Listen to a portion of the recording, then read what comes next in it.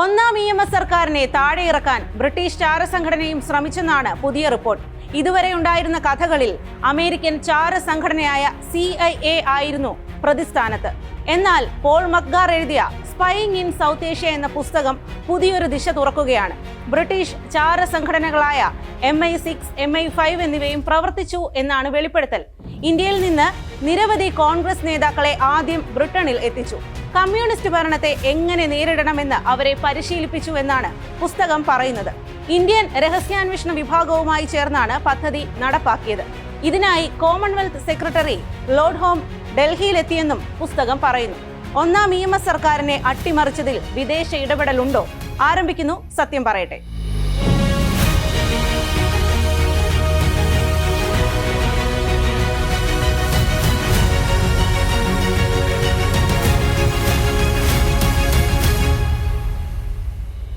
British ചാരസംഘടനകളും CIAയും പരസ്പരം അറിഞ്ഞു പ്രവർത്തിച്ചു എന്നാണ് പുസ്തകം നൽകുന്ന സൂചന. ബ്രിട്ടീഷ് ഹൈക്കമ്മീഷണറായിരുന്ന മാൽക്കം മക്ഡൊണാൾഡ് US എംബസിയിലെത്തി കേരളത്തിൽ കമ്മ്യൂണിസ്റ്റ് സർക്കാർ വന്നതിന്റെ ആശങ്ക പങ്കുവച്ചു. ഇതേ തുടർന്നാണ് കോൺഗ്രസ് നേതാക്കളെ പരിശീലിപ്പിക്കാനുള്ള പദ്ധതി തയ്യാറാക്കിയത്. ഇന്ത്യൻ രഹസ്യാന്വേഷണ വിഭാഗം മേധാവിയായിരുന്ന ഭോലാനാഥ് മുള്ളിക്കാണ് പരിശീലനത്തിന് അനുമതി നൽകിയത്. 1950 മുതൽ 1964 വരെ നീണ്ട 14 വർഷം IBയുടെ ഡയറക്ടറായിരുന്നു മുള്ളിക്. അമേരിക്കൻ ചാരസംഘടനയായ CIA 2 വട്ടം ഇന്ത്യയിൽ പണം ചെലവഴിച്ചു എന്നാണ് നേരത്തെ ഉണ്ടായ വെളിപ്പെടുത്തൽ. ഡാനിയൽ പാട്രിക് മൊയ്നിഹാൻ എഴുതിയ എ ഡേഞ്ചറസ് പ്ലേസ് എന്ന പുസ്തകത്തിലെ 41-ാം പേജിലാണ് ആ വെളിപ്പെടുത്തലുള്ളത്. We had twice, but only twice interfered in Indian politics to the extent of providing money to a political party in the face of prospective Communist Party victory in a state election, once in Kerala and once in West Bengal. Both times the money was given to the Congress party, which had asked for it. Once it was given to Mrs. Gandhi herself. ഞങ്ങൾ 2 തവണ, അതെ 2 തവണ മാത്രം Indian രാഷ്ട്രീയത്തിൽ പണം നൽകി ഇടപെട്ടു. കേരളത്തിലും പശ്ചിമ ബംഗാളിലും കമ്മ്യൂണിസ്റ്റ് പാർട്ടി തെരഞ്ഞെടുപ്പിൽ ജയിച്ചപ്പോഴായിരുന്നു ആ ഇടപെടൽ. 2 തവണയും പണം നൽകിയത് കോൺഗ്രസ് പാർട്ടിക്കാണ്. 1 തവണ ഇന്ദിരാഗാന്ധി തന്നെ പണം നേരിട്ട് ഏറ്റുവാങ്ങി. മൊയ്നിഹാന്റെ ഈ പരാമർശത്തിൽ മാത്രം ഒതുങ്ങുന്നില്ല തെളിവുകൾ. 1973 മുതൽ 2 വർഷം ഇന്ത്യയിൽ സ്ഥാനപതിയായിരുന്നു മൊയ്നിഹാൻ. അന്ന് ദില്ലിയിലെ എംബസി ആസ്ഥാനത്തെ രേഖകൾ പരിശോധിച്ചാണ് പുസ്തകം എഴുതാനുള്ള വിവരങ്ങൾ ശേഖരിച്ചത്. ഇന്ദിരാഗാന്ധിക്ക് പണം കൈമാറിയത് ഹെൻറി കിസിഞ്ചർ എന്ന ആഭ്യന്തര സെക്രട്ടറി നേരിട്ടു തന്നെയാണ്. ഈ കിസിഞ്ചറാണ് ഇന്ദിരയെ ബിച്ച് എന്ന് വിളിച്ചതും 2005 അതിന് രാജ്യത്തോട് മാപ്പു പറഞ്ഞതും.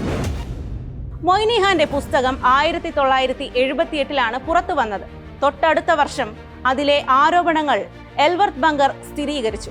ബങ്കർ 1955 മുതൽ 61 വരെ ഇന്ത്യയിലെ അമേരിക്കൻ സ്ഥാനപതിയായിരുന്നു. ബങ്കറിന്റെ ജീവിതകഥ എഴുതിയ ഹോവാർഡ് ഷെഫർ അത് രേഖപ്പെടുത്തിയിട്ടുണ്ട്. മഹാരാഷ്ട്രയിലെ കോൺഗ്രസ് നേതാവായിരുന്ന SK പാട്ടീൽ വഴിയാണ് പണം നൽകിയത് എന്നാണ് ആ പുസ്തകത്തിൽ എഴുതിയിരിക്കുന്നത്. CIAയുടെ പണം കോൺഗ്രസ് പാർട്ടിക്ക് ലഭിച്ചു എന്ന് പറയുന്നത് ഇത്രയും തെളിവുകളുടെ അടിസ്ഥാനത്തിലാണ്.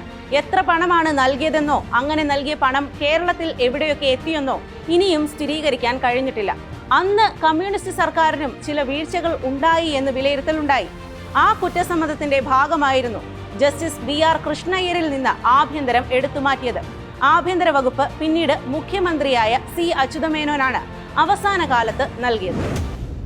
ഇങ്ങനെ CIAയുടെ പണം ലഭിക്കുന്നത് കൊണ്ട് മാത്രം സർക്കാരിനെ ജനവിരുദ്ധമാക്കാൻ കഴിയുമെന്ന് അർത്ഥമില്ല.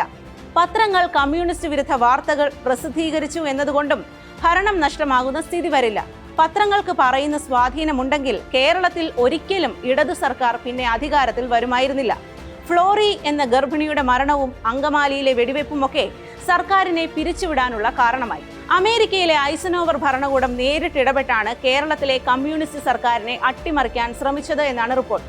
കേരളത്തിലുണ്ടായ വിമോചന സമരവും രാഷ്ട്രീയ അനിശ്ചിതത്വവുമെല്ലാം ഈ പണം ഉപയോഗിച്ച് സംഘടിപ്പിച്ചതാണെന്നാണ് ആരോപണം.